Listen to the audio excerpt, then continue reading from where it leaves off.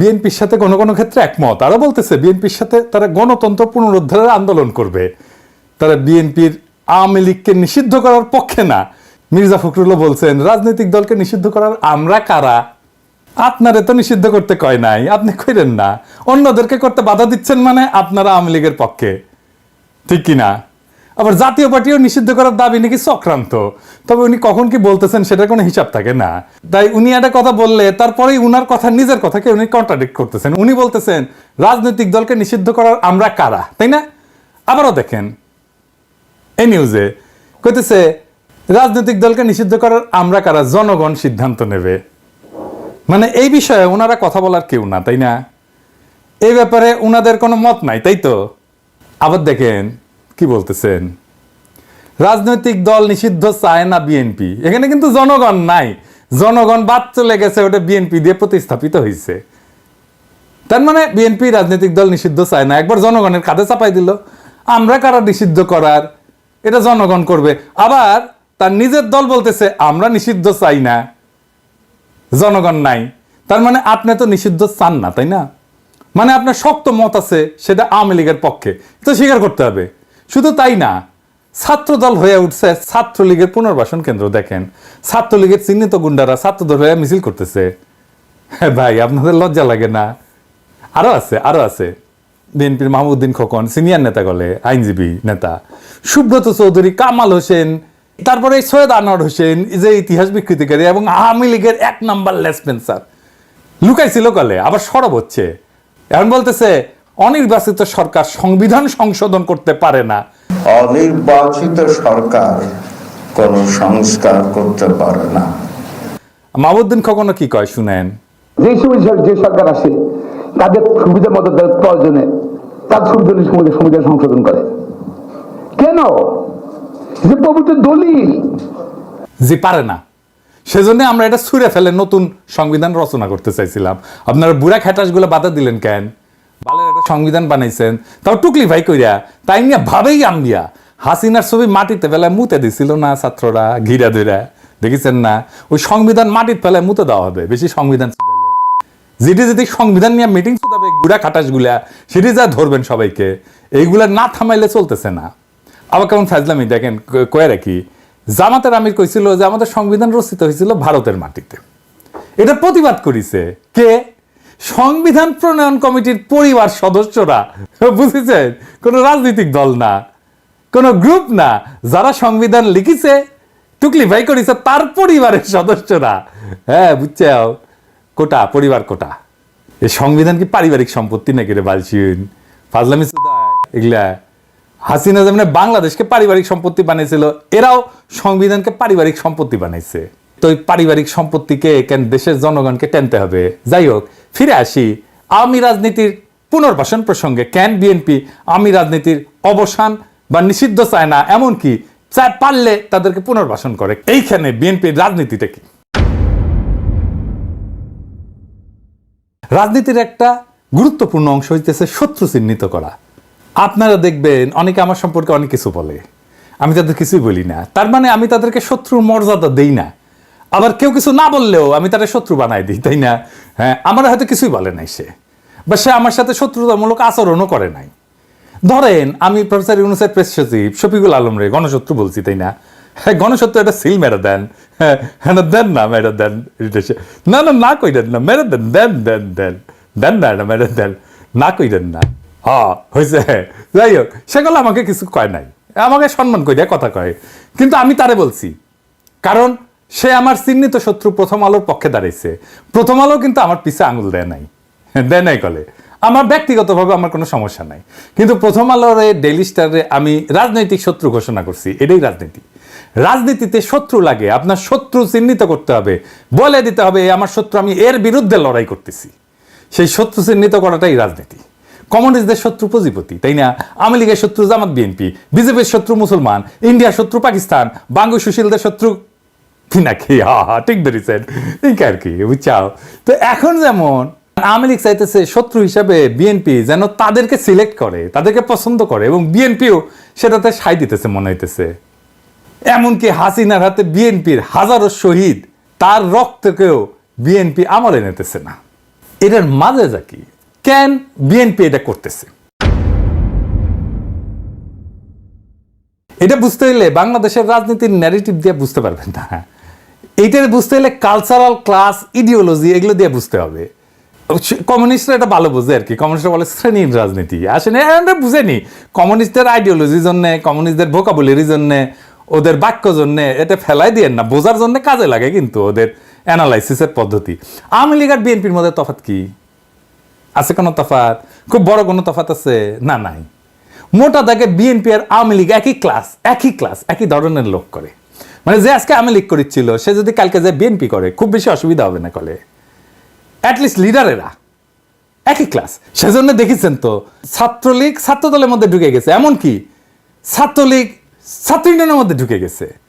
কমিউনিস্টদের ভাষায় এটা শ্রেণী, মানে ক্যাপিটালিজমের পক্ষে তারা, পুঁজিবাদের পক্ষে, তাই না, মুক্তিযুদ্ধের পক্ষে, ওয়েস্ট ঘেঁষা পশ্চিম ঘেঁষা, ভারতের সাথে সম্পর্ক রাখার জন্য দেওয়ানা, আরবান এলিট মানে শহুরে এলিট, মধ্যবিত্ত, liberal secular bourgeois party. Liberalism কি সেটা তো আমি বলছি আগের এপিসোডে, ট্রাম্পকে নিয়ে বলছি, তাই না? আর কি বলবো? ধরেন হাসিনার শাসন চলে যাওয়ার পরে যারা বিভিন্ন জায়গায় চান্দাবাদী জগলদারি করতো সেগুলো কারা নিছে শুধু আপনারা জানেনই, আমি ওইগুলো বলে তিক্ততা বাড়াইতে চাই না। তাহলে বুঝেছেন তো এই দুইটা আওয়ামী লীগ আর বিএনপি একই ধরনের লোকজন করে কলে, বুঝছাও? এই দুইটা হইতেছে মেলায় হারায় যাওয়া দুই ভাই আর কি। হ্যাঁ, তো এখন বিএনপির ডর, এটা বিএনপির ডর শুধু না, এটা ভারতেরও ডর, ভয়, এবং আমেরিকার পশ্চিমেরও ভয়। সেটা হইতেছে ইসলামপন্থীরা এরা উঠে আসতেছে। আর যদি সাথে লীগ না থাকে বিএনপি এটা একলা সামলাতে পারবে না। তো এটা দেখে আমার সেই জিয়ার আমলের একটা কথা মনে পড়তেছে। আওয়ামী লীগ তো 1975 সালে শেষ হয়ে যায়, কিন্তু ওই সময় 1975 সালে পরে জিয়াউর রহমানও আওয়ামী লীগকে তার পলিটিক্যাল এনিমি হিসেবে, শত্রু হিসেবে সিলেক্ট করছিল। কেমনে জানেন? তখন তো বিএনপি অবশ্যই জিততো, বিরোধী দল হয়তো খন্দকার মোস্তাকের পার্টি, কিন্তু মুস্তাককে জেলে নেওয়া হয়। মুস্তাক কিন্তু খুব সৎ মানুষ ছিল, সৎ রাজনীতিবিদ ছিল, খুবই ন্যাশনালিস্ট একজন ভালো মানুষ ছিল, বুঝছাও? ওরে 76 সালে জেলে নেয় জিয়াউর রহমানের সরকার, সার্কিট হাউসের কাপ প্লেট চুরির অভিযোগে, মানে তার কিছুই পায়নি। এটা সারা হয় 78 সালের 16 ডিসেম্বর উপলক্ষে। তার 7 সপ্তাহের মধ্যে নির্বাচন অনুষ্ঠিত। নির্বাচনের উনি দল গুছাবেন কখন? জেলে দল গুছাবেন কখন আর নির্বাচন করবেন কখন? খন্দকার মুস্তাক যেন দল গঠন করতে না পারে সেজন্যই তাকে 76 সাল থেকে জেলে নেওয়া হয়। জাসদের মূল নেতাদেরকেও জেলে রাখা হয়। জাসদ 8টা আসন পাইছিল, 39টা আসন পাই আওয়ামী লীগ বিরোধী দল হয়। খন্দকার মুস্তাক যদি বেড়ে থাকতো না তাহলে কলে আওয়ামী লীগ বিরোধী দল হইতে পারতো না। খন্দকার মুস্তাক দল করে নির্বাচন করতে পারলে আওয়ামী লীগের অবস্থানটাই উনি নিতেন। কারণ কি, আওয়ামী লীগের ভোটের বেশিরভাগই তো উনি পাইতেন। উনি তো আসলে আওয়ামী লীগ, ওনার ভোটারেরা মুসলিম লীগকে ভোট দেয়। 20টা আসন পায় মুসলিম লীগ ওই নির্বাচনে। তারপরে তো হাসিনারে নিয়েই আসলো জিয়াউর রহমান। তারপরে লীগ আরো বড় দল হইতে তো সাহায্য করছে, এটা তো বিএনপি সাহায্য করছে। জিয়াউর রহমান যা করছিল সেটার কিছু ব্যাখ্যা আছে কেন করছিল। কারণ তখন কিন্তু ইসলামপন্থীরা ছিল না, এখনকার মতো শক্তিশালী ছিল না। ওই সময় শক্তিশালী ছিল কারা? যারা বাম রাজনীতি করত, আর পাকিস্তানপন্থী কিছু দল ছিল আর কি। মুসলিম লীগও তখন শক্তিশালী ছিল। এই দুইটারে মোকাবেলা করতেই আওয়ামী লীগকে সিলেক্ট করছিল জিয়াউর রহমান তার দুশ্মন হিসাবে, তার শত্রু হিসাবে, তার রাজনৈতিক শত্রু হিসাবে। এই কারণে জিয়ার এই সিদ্ধান্ত আমাদের সমালোচনা করার সুযোগ কম।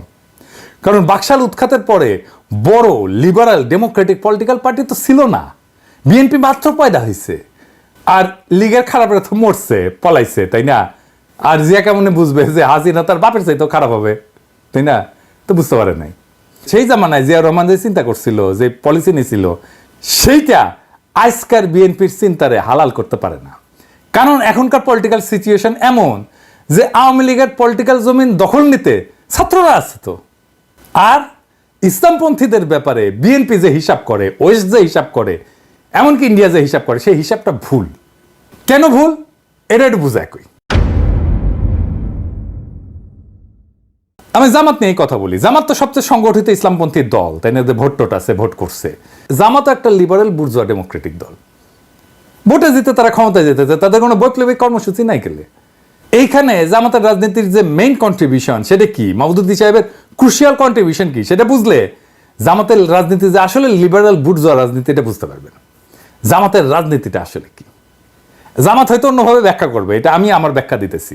জামাত এটার সাথে একমত নাও হইতে পারে, কিন্তু আমার ব্যাখ্যাটা দেখবেন যে আমার ব্যাখ্যাটা জামাত যে রাজনীতি করে সেটা খুব সহজে বোঝার জন্য খুব সুবিধাজনক।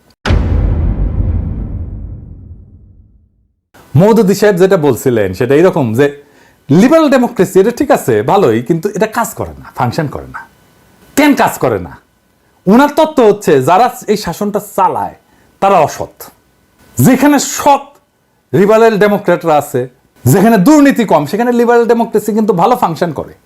কথাটা কিন্তু সত্য। ওনার এই অবজারভেশন ইজ ভেরি রাইট। তাই ওনার কথা হচ্ছে লিবারাল ডেমোক্রেসি থাকবে, কিন্তু এটা শাসন করতে হবে সৎ লোক দিয়া। এখান থেকেই আসছে জামাতের স্লোগান, আল্লাহর আইন চাই, সৎ মানুষের শাসন চাই।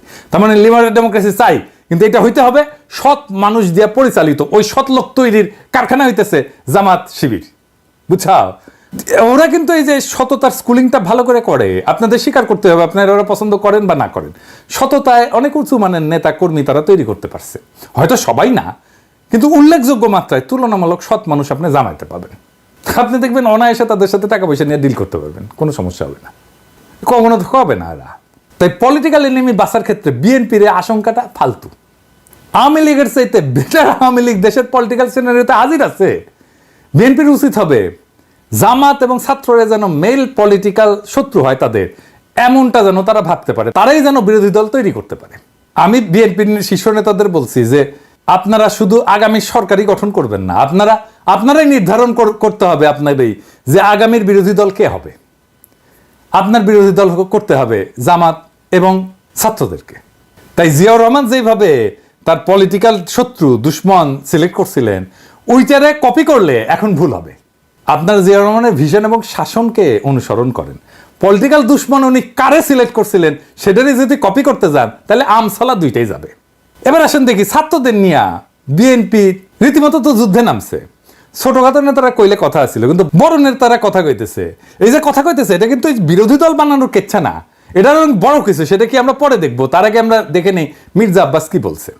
আমরা ওদেরকে শুধু একটু বলতে চাই যে বাবা তোমরা যাই করতেছো একটা কথা মনে রাখো, বাবার আগে যদি ছেলে হাঁটে তাহলে কিন্তু ওই দেশ এবং ওই জাতি কিন্তু শেষ। এই কথাটা মনে রাখতে হবে।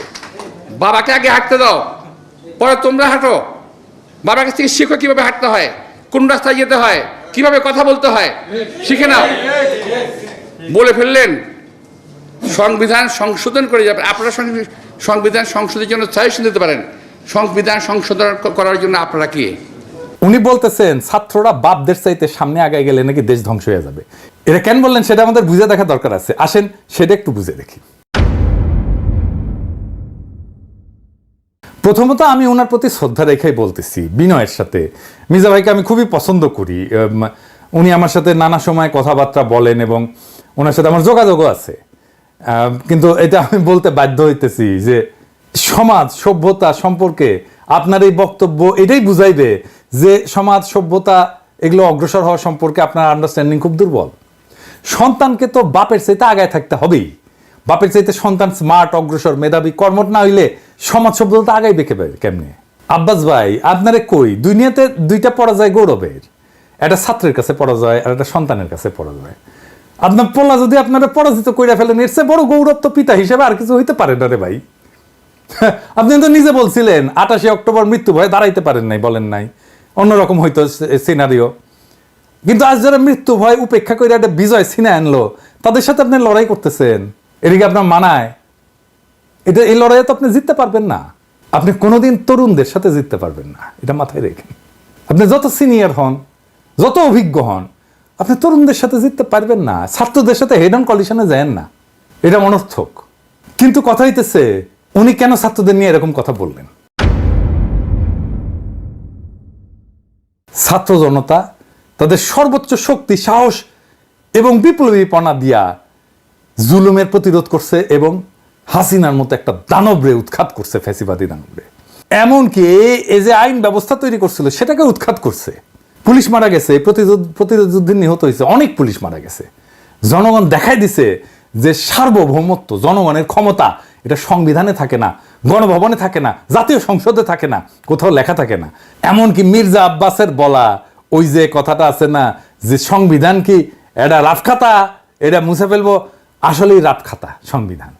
কারণ সংবিধান তো সার্বভৌম না, ক্ষমতা হচ্ছে জনগণ, জনগণ সার্বভৌম। জনগণ না চাইলে রাষ্ট্র শাসন করার ক্ষমতা কারো নাই। এমনকি পুলিশ যদি জুলুম করে জনগণ তাকে শাস্তি দিতে পারে, সেই শাস্তি কত নির্মম ভয়ানক হইতে পারে আমরা এটা দেখছি। মাইরে পা উপর দিকে তুলে টেঙ্গে রাখছে, বিচারপতি জুলুম করলে তারও বিচার করতে পারে। এই যে সত্য, এই যে বাস্তবতা, এইটা যারা পুরনো ব্যবস্থার রক্ষক তারা মানতে পারে নাই। বিএনপি মনে করতেছে যে জনগণ যদি আওয়ামী লীগকে এভাবে ধ্বংস করে ফেলতে পারে, বিএনপিকে ধরতে কয়দিন। তাই বিএনপি সংবিধান রক্ষা করতে চায়, সুপ্পুকে রক্ষা করতে চায়, আওয়ামী লীগকে রক্ষা করতে চায়। বাংলাদেশের ছাত্র জনতা কিন্তু এই বিএনপির দেখানো ঈদের পরের বিশাল আন্দোলনের অপেক্ষা করেছিল না। এমনকি আপনাদের বিএনপির নিজের দলের কর্মীরা অপেক্ষা করে নাই। তারা এই ছাত্রদের আহ্বানে পথে নামছে, কাতারে কাতারে জীবন দিছে। আপনারা তো ভুট্টো সাহেবের মতো রিয়ালিটি মানতে পারতেছেন না। রিয়ালিটি মেনে নেন। রিয়ালিটি হইতেছে 5টা, মেনে নিলে আপনাদেরই লাভ। কি কি? 1, আওয়ামী লীগকে নিষিদ্ধ করতে হবে। সুপ্পু সহ হাসিনার ফ্যাসিবাদী শাসনের অবশিষ্টাংশ দূর করতে হবে। 3, সংবিধান ছুঁড়ে ফেলে দিতে হবে। 4, ভারতীয় আধিপত্যবাদের বিরুদ্ধে স্পষ্ট অবস্থান নিতে হবে। 5, জনগণ শুধু ভোটের অধিকারের জন্য জীবন দেয় নাই, একটা নতুন রাষ্ট্রের জন্য জীবন দিচ্ছে, এটা মাইনে নিতে হবে। আমি আমার এপিসোডের শেষে একজন করে শহীদের গল্প বলি। আজকেও একজন শহীদের গল্প বলবো। বিকেল 5:30টার মতো বাজে। ছেলে সাগর ফোনে জানায়, আব্বু আমাদের এখানকার অবস্থা ভালো না, আমাকে বিকাশে 1000 টাকা পাঠাও। আমি তখন কলাম, মনিরে সাবধানে থেকো। ফোনের কথা শেষ করেই নাড়ুয়া বাজারে যাই, বিকাশে টাকা পাঠায়। সাইকেলে বাড়ি ফিরতে ফিরতে টাকা পাইছে কিনা নিশ্চিত হতে ফোন করি, কিন্তু ফোন আর ধরে না। তখন থেকে আমার বুকটা কেমন যেন করতেছিল। মাগরিবের নামাজ শেষ করে সালাম ফেরানোর সময় পকেটের ফোন বাইজা ওঠে, মনটা কেমন আটকে ওঠে। আমার মেয়ে মুসমি ফোন করে বলে, আব্বু বাড়ি এসো। বাড়ি এসে দেখি সব এলোপাথারি, কেউ কিছু বলতেছে না। বড় জামাতা রঞ্জু এদিক সেদিক করতেছে। পরে আমার এক নাতি এসে বলছে, বাবাইর মানে সাগর মাথায় গুলি লাগছে, হাসপাতালে আছে। কথাগুলো বলছিলেন ঢাকার মিরপুর 10 নম্বর গোল চত্বরে 19 জুলাই বিকেল আন্দোলনের সময় গুলিবিদ্ধ হয়ে নিহত সাগরের বাবা কৃষক তোফাজ্জল হোসেন। রাজবাড়ীর বালিয়াকান্দি উপজেলার নাড়ুয়া ইউনিয়নের টাকাপোড়া গ্রামের দরিদ্র কৃষক তোফাজ্জল হোসেন। ছেলে সাগর আহমেদ, 22 বছর বয়স। মিরপুর সরকারি বাংলা কলেজের রাষ্ট্রবিজ্ঞান বিভাগের স্নাতক 2য় বর্ষের শিক্ষার্থী ছিলেন। 20 জুলাই সন্ধ্যায় নিজ গ্রামে সাগরের লাশ দাফন করা হয়। তোফাজ্জল হোসেন বলেন, যখনই কথা হতো তখনই সাগর বলতো, আব্বু তোমাকে আর রোদে পুড়ে মাঠে কাজ করতে হবে না, চাকরি করে তোমাদের ঢাকায় নিয়ে যাব। আমার মানিক হোটেলে কাজ করত, রাতে মেসে ফেরার সময় কিছু খাবার নিয়ে আসতো, রাস্তায় থাকা মানুষকে দিত। তিনি জানান, 19 জুলাই সকালেও মা বাবার সঙ্গে সাগরের কথা হয়। সাগর ওর মাকে বলে, ঢাকার পরিস্থিতি ভালো না, আমার জন্য দোয়া করো, আন্দোলনে যাব। তখন মা বলেছিল, যেও না বাবা। তখন তোফাজ্জল বলেছিল, ও যাবে, না গেলে মুনাফিক হয়ে যাবে। তখন মায়ের কাছে দোয়া চেয়ে সাগর বলে, মা তোমার সাগরের জন্যে না, লক্ষ্য সাগরের জন্য দোয়া করো। তরুণদের এই অশ্রু ঘাম আর রক্ত তো আপনাদের ভোটে জিতে ক্ষমতায় বসার জন্য দেয় নাই। এই রক্ত অশ্রু ঘাম চুপ্পুকে রাষ্ট্রপতি রাখার জন্য দেয় নাই। এই রক্ত অশ্রু ঘাম সাংবিধানিক ধারাবাহিকতা রক্ষার জন্য দেয় নাই। এই রক্ত অশ্রু ঘাম সেই সংবিধানকে রক্ষা করার জন্য দেয় নাই যেই সংবিধান ফ্যাসিবাদের জন্ম দিছে। এই রক্ত তো ছাত্রলীগকে ছাত্র দলে ঢুকানোর জন্য দেয় নাই। এই রক্ত তো আওয়ামী লীগের ফেলে যাওয়া সাম্রাজ্য দখলের জন্য দেয় নাই। জনগণের কাছে, ছাত্র জনতার কাছে, বাংলাদেশের তারুণ্যের কাছে প্রশ্ন রেখে গেলাম, আপনারাই দেখেন আপনাদের রক্ত আর ত্যাগকে কারা ভোটের বাক্সে ভরে ক্ষমতা উপভোগ করতে চায়। এইবার বলেন, আমাদের লড়াই কি এখনো শেষ হয়েছে? আমাদের পথ চলা কি শেষ হয়েছে এখনো? আমাদের কি এখনো জোর গলায় আবারও স্লোগান ধরার সময় আসেনি? ইনকিলাব জিন্দাবাদ।